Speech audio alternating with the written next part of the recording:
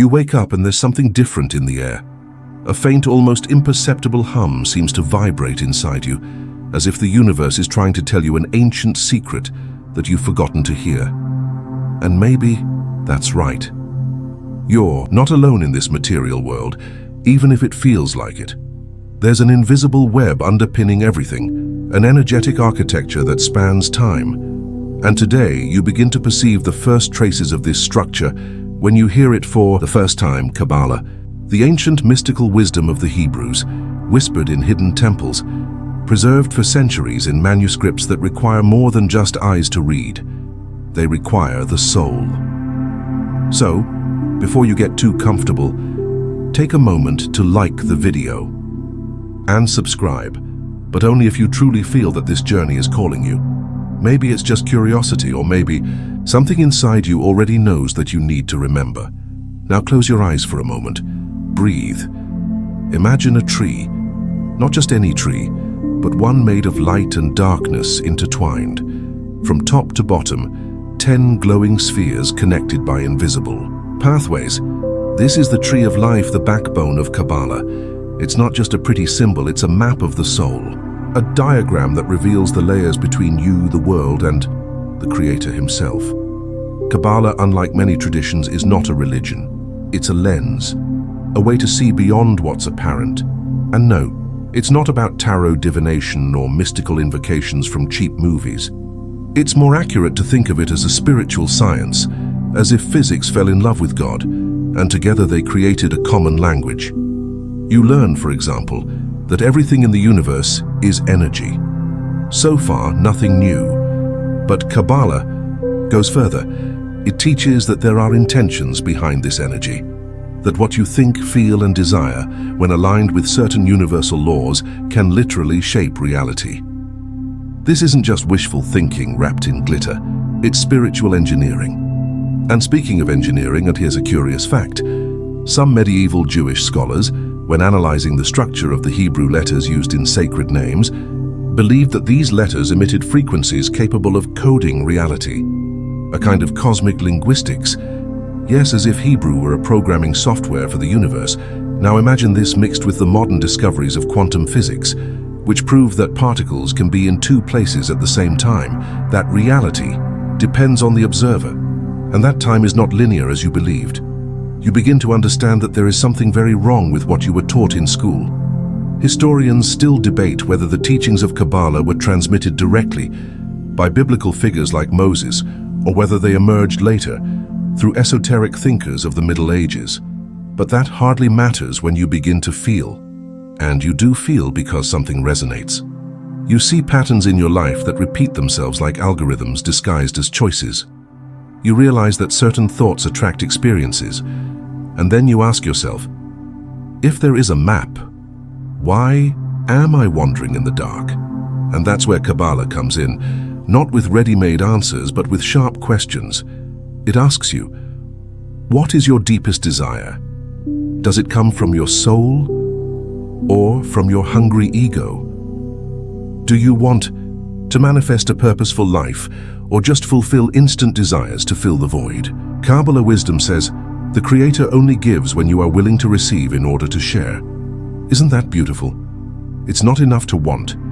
You have to want it for a reason that overflows, that blesses not only you, but the world around you. And you start to remember, somehow you already knew this.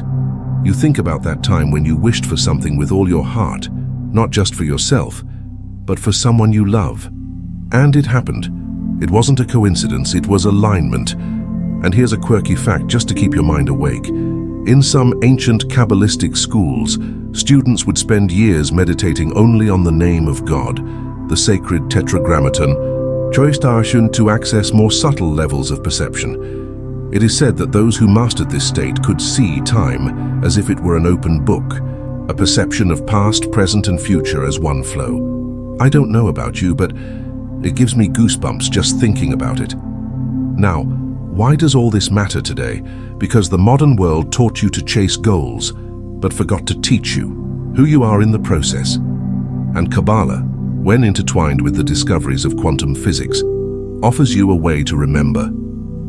to stop repeating inherited patterns and start manifesting with consciousness. And manifesting in this context is not about attracting a new car or a trip to Bali. It's about being a clear channel for divine energy to flow through you, affecting everything around you. Have you ever heard this phrase, be the change you want to see in the world? Kabbalah would go further. Cleanse the vessel that you are, so that the light may dwell. You begin to realize that the quantum leap is not a leap outward, but a plunge inward, to the point of singularity where the ego and the soul meet, and for a moment make peace, and that's just the beginning. You close your eyes, but something inside you remains alert. There is an invisible structure that supports your being, and it vibrates silently with every choice you make. No, the tree of life is not just drawn in ancient grimoires or engraved on mystical portals, it breathes within you. Each sephira, those spheres you may have seen illustrated on Kabbalah maps, are not just abstract concepts. They are layers of your psyche, states of consciousness, zones of spiritual operation. They move every time you decide, react, or contemplate. Imagine that. You are an energetic tower. And every time you act with compassion, you ignite Tiferet, the central sphere which represents balance, the heart, the center of everything. When you act with excessive judgment, it is Gevurah that vibrates excessively. When generosity flows, it is Chesed that sings. Have you ever noticed how certain emotional patterns repeat themselves like a labyrinth? This happens because your inner tree is out of balance. Perhaps you are nourishing only some spheres, while others wither away from lack of awareness. You are not broken, just disconnected from parts of yourself that you have not yet dared to illuminate. Now think, if each Sephira is a channel of flow between you and the divine, then the way you feel, think, and act is shaping the quality of the energy that circulates between you and the whole. This is quantum leap in practice, not as magic but as energetic coherence. In a curious study published by neurologists at the Hebrew University of Jerusalem, specific brain responses to the sound of Hebrew letters read in a Kabbalistic sequence were identified. The brainwave pattern approximated deep meditative states, even in people with no knowledge of the language. Coincidence? Kabbalah says no. You take a deep breath. You feel the air entering as if passing through invisible roots. Your feet touch the ground and you visualize Malkuth, the base of the tree, connecting you to the earth. This is your foundation, your body, your survival, your ability to be present. Without an active Malkuth, no other sphere can stand. You cannot manifest anything in the ethereal if there is no ground. Now visualize Yesod just above. It governs your imagination, your subconscious, your internal images. When you visualize a future clearly, it is Yesod that organizes it like a blueprint before manifesting. And further up, Hod and Netzach, rational and emotional mind, opposite sides that need to dance in harmony. You begin to realize that this tree is not just a metaphor, it is an operative map of consciousness. And the most impressive thing, it corresponds to the chakras of the East and even to the energy centers studied by Carl Jung in analytical psychology. Jung, by the way, was a profound admirer of Kabbalah, although he wrote about it in a veiled way. An eccentric curiosity, there is a forgotten sect from the 13th century called Fratres Lucis, whose members claim to have managed to activate the tree of life through a specific perfume created from fig resins, amber and myrrh. They said that when inhaling it, they entered a trance and could see the paths between the spheres. Evidence, none, but reports have crossed generations, even without scientific proof. And there are those who search for this lost formula to this day. Remember, everything is within you. The tree is not decorative, it is practical. Each sphere represents a dimension of yourself that needs to be known, integrated and balanced. And at that moment, a question echoes. Which sphere of yours is out of balance right now? Maybe it is Hod, your rational side, that overrides intuition. Maybe Netzach is wounded, and you are afraid to surrender. Maybe Yesod is confused because you harbor negative images of yourself. Or maybe Malkut is weak because you have forgotten to take care of your body, your base, your temple. This is all you.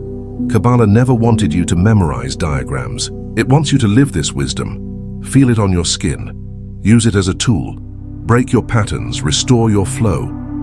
This is not distant mysticism, but applied self-awareness. Now, before we continue, if this journey is opening your eyes, watch this video. It's a subtle but powerful way to say to the universe, I am ready to remember who I am. Now take another deep breath. Observe your body as if you were in a garden, and realize the tree of life is not out there. It is blossoming, right now silently within you.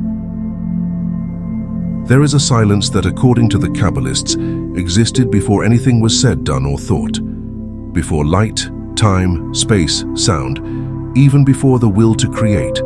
This absolute and unthinkable state is called Ein Sof, the infinite, without form, without limits, without definition, a complete void, a living absence. Kabbalah teaches that God, before creating the world, had to withdraw to make room for creation. Yes, the first divine action was not to build, but to contract. This process is called Tzimtzum. God the All withdraws so that the world and you can exist. Think about it. Before you manifest a new love, a new project, a new cycle, what needs to happen? An emptying, a letting go, a clearing out. It's the same cosmic dance. You need to move away from the old so that the new has space. Tzimtzum in your daily life. This emptiness is not the absence of life. It is the cradle of everything that can be born. Just as the womb is dark before it gives birth, just as night precedes dawn, just as silence is necessary before a melody can make sense. But emptiness scares us, because there is no control in it, no guarantees. And herein lies the paradox. You have to learn to inhabit this silence if you want to create something truly new. Most people don't create. They just repeat because they are afraid of the blank space. In the Kabbalistic tradition, this initial moment of creation is symbolized by the breaking of the vessels, Shevirat HaKelim. The divine light was so intense that the first vessels created to contain, it shattered. And from the shattering of this collapse, the fragmented world we know emerged. Do you feel these internal cracks? They are not flaws. They are the echo of this origin. Carl Jung said that psychic emptiness is the beginning of true individuation. What you do not bring to consciousness appears in your life as destiny. In other words, ignoring your own emptiness only makes it manifest outside, in losses, chaos, repetitions. Have you ever wondered why certain cycles keep coming back even after so much effort? Maybe it's because you're trying to build something new on top of unswept ruins. You fill the pain with distractions, but you never stop to embrace it as part of the creative process. The Ein Sof is that formless place where all forms sleep. And it's where your soul needs to go when something in your life seems to be falling apart. Not to escape, but to reset, to allow, to start over from the original point. There's a concept that's rarely talked about in Kabbalah called Reshimu, the subtle mark that remains in the void after the divine light has withdrawn, an almost invisible impression, like the perfume that lingers after someone leaves, like a memory that still warms even after the loss. Reshimu is the promise that nothing is oblivion, everything is preparation. So when you're faced with nothingness, when the silence seems unbearable, when everything seems sterile, remember, this is not the end. It is the point where creation whispers, and where God in silence says, "Let there be you." Have you ever felt like you're moving, but still stuck in the same place? That's because your soul may be stuck in one of the worlds of Kabbalah. The Jewish mystical tradition teaches that our reality is made up of 4 levels of existence, called the 4 worlds. Each represents a stage of divine manifestation, and also of your own consciousness. These worlds are not in the sky or in another dimension. They happen inside you, every day. Atziluth, the world of emanation. Imagine a flame that you can't see, but that warms you. This is Atziluth, the world of pure unity with God. There is no thought, no separation. Here, everything is still pure essence. It corresponds to the divine spark that exists within you, the part that knows, even in silence, that you are more than pain, flesh, or name. But almost no one lives here. You have to silence so much noise to hear what has no voice. That is why we descend, Beriah, the world of creation. Here the subtle form is born. The ideas, the inner images, the archetypes. Beriah is the origin of the higher mind, the world of angels. Here you begin to imagine, visualize, dream. But here too the first illusions arise, because the image is no longer the truth. This is where the ego begins to color the divine. If you live trapped only here, you are a dreamer without action. You have brilliant ideas, but you do not make them concrete. You have visions, but they have no roots. Yetzirah, the world of formation. This is the emotional world. It is where what you believe begins to gain density. Here, emotions shape reality. If you feel fear, everything closes. If you feel gratitude, doors open. But it is also the place of unhealed wounds. Anger, attachment, jealousy. Freeze your soul on this plane. You may seem to be living, but you are just reacting, as if you are constantly stuck in an emotional loop. Asaya, the world of action. This is the physical plane, the world in which you work, pay bills, have entire body, suffer, desire. It is where the invisible becomes concrete. Asaya is beautiful, but it is also the densest, the slowest. It is the world of doing. And when we are disconnected from the other worlds, we end up living only here, without purpose. Like a robot repeating tasks, you start waking up every day tired. Life becomes a sequence of I have tos. You feel that you are alive, but you are not awake. These four worlds are not ladders. They are mirrors. They are all acting on you now. When you feel a call to change, it is Atziluth blowing. When you dream of a different life, it is Beriah manifesting. When fear holds you back, it is Yetzirah crying out for healing. And when you act, even with all this inside, you are in Asaya, fulfilling your mission. Your journey is not to escape from any world, but to cross them consciously, because only when the four are aligned, you stop repeating and begin to manifest. You know when you enter a dark room with a mirror on the wall, even without seeing your face, you know it is there. But until the light enters, you don't see your image, nor what is dirty, nor what needs to be healed. The 10 Sephirot of Kabbalah work like this. They are 10 mirrors of your soul. Some already shine with divine light. Others are clouded, covered by the pains, traumas, and masks that you use to survive. Each Sephirah represents a quality of God and a point of manifestation in you. Keter, the crownit, is the most subtle of mirrors. It has no form, but it is the beginning of everything. It represents the divine will, that whisper that you feel in the silence of the soul like an inexplicable call. If Keter is off in you, you feel that life is meaningless. But when it lights up, you stop living on impulse and start living on purpose. Chokmah and Bina, wisdom and understanding. Chokmah is the lightning of intuition, the spark of yes. Bina is the womb that organizes light into form. If Chokmah is the lightning, Bina is the night sky that welcomes it.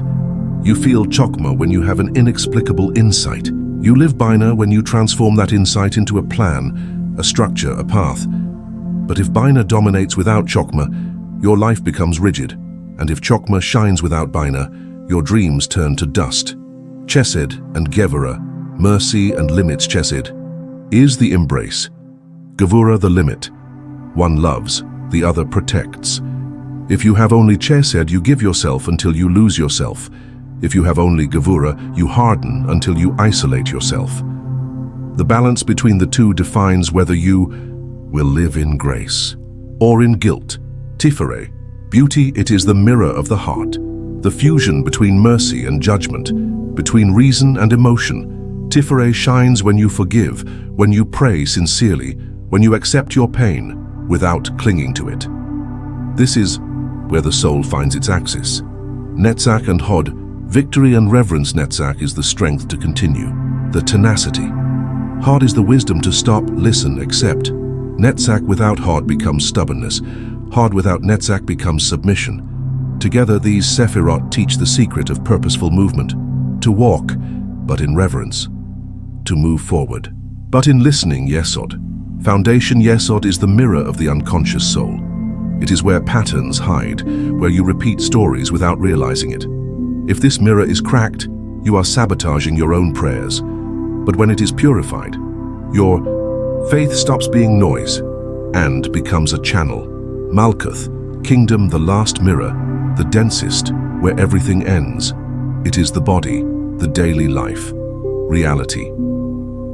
If Malkuth reflects the shadows of the Sephirot above, you live in scarcity, chaos, disorder. But if all the lights are channeled, Malkuth becomes a living altar. Your life becomes a temple. Your day becomes a prayer, and you realize the divine does not live up there. It lives where you live now. These 10 mirrors are within you. You can feel when one is clean and when it is broken. So stop ignoring the reflections. They are revealing you. The healing of your spiritual life is not in running away from pain. It is in looking at it with the light on. And then, finally, the mirror reveals. You were divine from the beginning. You were just dusty. Before you came to Earth, your soul made a deal with the light. But part of that contract was forgotten. Before your body, before your name, before even your first breath, there was light. Not the light of the sun, not the light of the stars, but an infinite, conscious, formless light and full of purpose. This light did not shine by chance, it knew you. It called you by a name the world had never heard, and it offered you something few remember, a contract. Yes, before you came, down to earth, your soul approached the light and said, "Yes, I accept, I will." But accepting to come here was accepting to forget. It was accepting to fall. It was accepting to be hurt, to be touched by time, by pain, by duality. That is the price of incarnation, and yet you came because your soul knew something the mind does not understand. The light can only be revealed where there is darkness. In the silence between two lives, you and the light wrote promises. I will learn to love those who hate me. I will heal the pain of my mother's lineage. I will find God in the chaos. I will remember myself even when I am lost. And the light said, I will erase your memory, but I will leave traces. These traces are your pain, your repeated encounters, that intuition that insists, the dream that does not die, the scar that always burns in the same place. All of this is the trace of the contract. But when you were born, you forgot, and you began to believe that it was just that, a body, a life, a coincidence, and that is when the soul suffers because it remembers. It is no coincidence that you are hearing this now. The light is calling you. It wants you to remember what was forgotten, and you know that something inside you recognizes this. It's that unexplained tear, that longing that has no name, that feeling of being far from home even though you're in your room. All of this is the light saying, daughter, go back to who you are. Go back to what you promised. Some people try to run away, they deny their gifts, they bury their callings, they lose themselves in the vices of the world. But the more they run away, the more the contract burns inside. Others start to remember. With thee, pain, with stumbles, with tears, but they remember, and then the soul wakes up. The light plays again, and a new life begins. Not a perfect life, but a connected life. You don't need to understand everything now. You just need to feel it. The light that created you never abandoned you. It just hid inside you, and when you hear the whisper that says, you came for something greater, it's the contract being read again, between the timelines, between heaven and earth, between what you were and what you're remembering you are. The resistance you feel is not the enemy. It is a portal, and the ego is the guardian with the key to the next dimension. You have come this far, you have crossed veils, you have acknowledged pain, you have felt the call of the light, but now you stop. There is something blocking you, a silent resistance, an invisible weight. A voice whispers, go back. This is dangerous. You won't be able to handle it. This is all fantasy. That voice has a name, ego. You have been taught to fight the ego, to destroy it, to silence it, to cast it out as a spiritual enemy. But what if it wasn't the villain? What if the ego were a guardian of portals, a fierce dog at the door of a secret garden, a gatekeeper who only opens to those with pure intention? The ego was created to protect you. It was born from trauma, from childhood, from pain, from separation. It wears masks of control, pride, self-image, but all of these are defense mechanisms. Don't attack the ego, embrace it. At the center of your ego, there is a child who was ignored, who learned that feeling was dangerous, that loving was risky, that being who you are caused abandonment, and so the ego emerged to protect it. It built armor, it created rules, it hid its dreams, it disconnected from the soul to survive. That's why, when you approach the light, it gets agitated, because it's afraid. When you try to crush the ego, it reacts more strongly. It doesn't want to disappear, it wants to be heard. It's like a soldier who, after years of battle, just wants to lay down his sword. But he doesn't trust. And then instead of fighting, you reach out and say, "Thank you for protecting me this far, now you can rest." And something opens, the gate moves, the soul passes through. The ego, when enlightened, does not disappear. It transforms. From a frightened guardian, it becomes a firm guide. From a controller, it becomes an organizer of the mission. From a saboteur, it becomes a channel of manifestation. You do not need to kill the ego. You need to unite with it. Together, soul and ego, you pass through the gate to the next dimension. And on the other side, there is no more internal war. There is integration. There is spiritual authority embodied. There is you, whole. The key was never to win. It was to accept.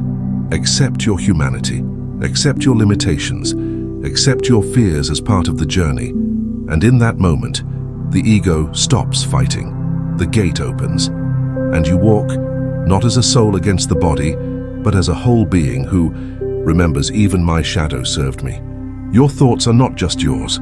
They vibrate, collapsing possibilities and shaping realities yet unseen. You believe you are thinking, but in truth, you are creating. Your every thought vibrates.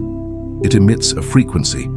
It resonates like an invisible wave crossing space, time, and veils. And wherever this wave touches, the invisible collapses into form. You are not just thinking, you are emanating reality. What you think does not remain trapped in your mind. It pulsates like subtle music, like a sound that only creation hears. And the universe does not respond to superficial intention. It responds to the hidden vibrational state behind the thought. A thought steeped in fear sends different codes than a thought clothed in confidence. A thought tainted by doubt creates unstable pathways, but a thought sustained by faith is like a solid bridge over the abyss. You live within an infinite mesh of possible realities. Each second is like a crossroads between quantum tracks. And what defines the path? It is not physical effort. It is the frequency of your focus. Where your attention rests, there your energy builds. With each thought held, a line of reality thickens, and the more emotionally charged that thought, the faster it collapses into form. Have you ever noticed? The more afraid you are of something, the closer it gets. The more you desire it with presence, the sooner it vibrates in your direction. You are not a victim of reality. You are a co-author of the plot. Your thoughts are not isolated. They enter the collective field. When you think, you send particles of information into the fabric of human consciousness, and these particles touch other fields, even if you don't say a word. That is why certain environments seem heavy, or why, when you enter a place, you feel an anguish that is not yours. You are sailing in the sea of other people's thoughts, but this also means that by raising your thoughts, you raise the field. You become a transmitter of peace, a tuner of higher possibilities. And that is a sacred act. Thinking is not trivial. It is sacred. You were not made to repeat thoughts that diminish you. You were made to create worlds with your mind. When you align yourself with love, with truth, with gratitude, you access the original thoughts of creation, the ones that build, that open paths, that heal. Thought is the first prayer, and every sincere prayer begins within the mind before it touches the lips. Now, come back to your consciousness. What are you thinking right now? What are you holding, constructing? You have power, but not the superficial power to control. You have the hidden power to vibrate a different reality and to be traversed by it. Everything that exists was thought before it was form. Now you understand. To think is to project light into the darkness of the unborn, and in that silent moment, you are creating. You begin to understand that manifesting is not asking, it is aligning desire with divine purpose. Desire is sacred. You have learned to be ashamed of it. You have learned to hold back what beats inside your chest, afraid of appearing selfish or wrong. But desire is the original fire of the soul. What moves you is not random. There is a hidden code in everything you long for. Desire is the thread that connects you to the divine, but only if it is purified. You spend years trying to understand why certain things happen. Life seems random, unfair, sometimes cruel, but deep down, a question always echoes. Is there some invisible logic behind all this? When you approach the teachings of Kabbalah, this question begins to be answered, not with promises, but with structure. The structure that you lack to understand spirituality as a science. You discover that there is an intelligence behind every experience you live. Nothing is by chance. Pain has an architecture. Blessings do too. Just as the human body follows biological laws, the soul walks under spiritual laws, laws as exact as gravity, but ignored by most because they cannot be seen, only felt. That is why sometimes it seems that life is testing you. It is simply teaching you the code that you still do not know how to decipher. You already know the modern name for this, the law of karma, but in Kabbalah it goes deeper. It is the law of the mirror. Everything you attract is a reflection of what you have yet to see, not as punishment, but as revelation. You look at the repeated situations in your life, relationships, fears, losses, and understand that they are not coincidences, they are invitations to awareness. You become aware of another subtle law, the balance between the energy of mercy, chesed, and the energy of judgment, gevurah. If you give too much and never receive, you are out of balance. If you only demand and never offer, you are out of balance. Harmony is between the two, and real spirituality does not exclude one or the other. It is at this point that you begin to align your vibration, neither rigid nor permissive, but fair, in the highest sense of the word. You begin to feel the force of another essential law, the law of restriction. It is not about repressing, it is about not reacting automatically to pain, anger, or immediate desire. Every time you pause before acting, you access a quantum gap. It's as if you open a portal between worlds, and there, silently, the universe rewards you with more light, clarity, and expansion. You learn that what matters is not only what you do, but why. Action without intention is empty, but even silence can be a spiritual act, if it comes with presence. Kabbalah teaches you that the invisible weighs more than the visible, and that the universe responds to the vibration of your intention before any word or gesture. That's why some prayers change the world, and others don't leave the ceiling. Now everything starts to make sense. Kabbalah is not a set of mystical rules. It's a map of how reality works. Each law is a thread of energy that connects your inner world to the outer world. And the more you know these laws, the more you realize that you're not adrift. You're being guided with precision, with love, with purpose. Emptiness is not absence, it is preparation. You stop chasing and start becoming a worthy vessel. When God withdraws, you begin to feel, but you grew up believing that emptiness was punishment. Kabbalah reveals to you the Tzimtzum, the divine contraction, is the beginning of everything. God withdraws not out of contempt, but so that there is space. Space for you to exist, space for you to truly desire. It is in his silence that you hear your own soul. You have always run after the light, the wanting, the manifesting, the conquering. But now you understand. The empty vessel is more powerful than the full one, because only emptiness can receive. When you stop filling yourself with distractions and allow yourself to feel the not having without fear, something sacred begins to form within. In Kabbalah, desire is not a sin. The problem was never wanting. The problem was not knowing what to ask for.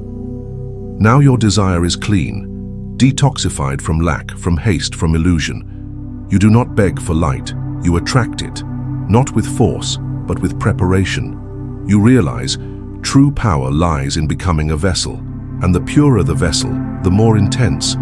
The light it holds. You no longer want everything, you want what was made for you. And so now you are found by the light, not the other way around. Now you no longer seek miracles. You are the miracle incarnate. And reality begins to bend to your consciousness.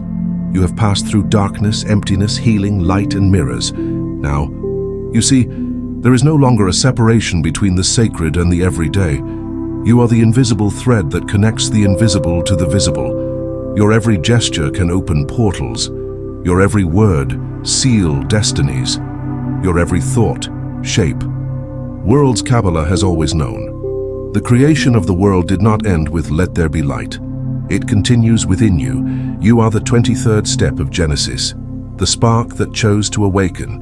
You no longer wait for signs. You are the sign. When your soul aligns with the source, the subtle laws of the universe begin to obey you, not as magic, but as fair consequence. You have stopped acting like a victim and have taken your place as a co-creator.